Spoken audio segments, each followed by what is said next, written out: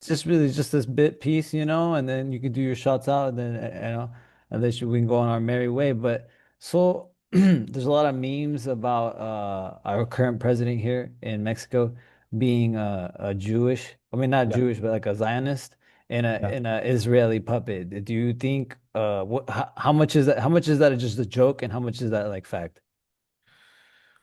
Well, last time and I know the listeners aren't going to hear about our last conversation, but last time I told you I didn't think she was a plant. The fact still is that Mexico has to be this um, stalwart ally to the U.S., and the U.S.'s foreign policy is always going to be standing by Israel, right? So in that regard, Mexico is kind of obliged to play nice with Israel. Unfortunately, we still do cool stuff like recognize Palestine and stuff like that. Because also Mexico's like geopolitical stance is always to remain neutral.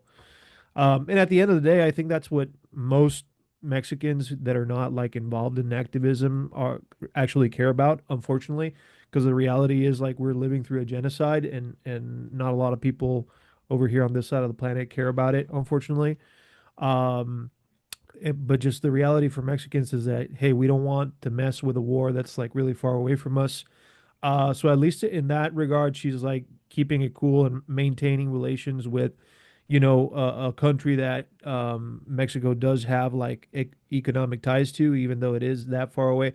But more importantly, like geopolitical ties via the U.S., which is unfortunate because I wish she would be better in that sense, right? Like she has all the legitimacy right now to say we're going to cut ties with Israel until they stop being genocidal freaks, um, basically the incarnation of Nazis in our time.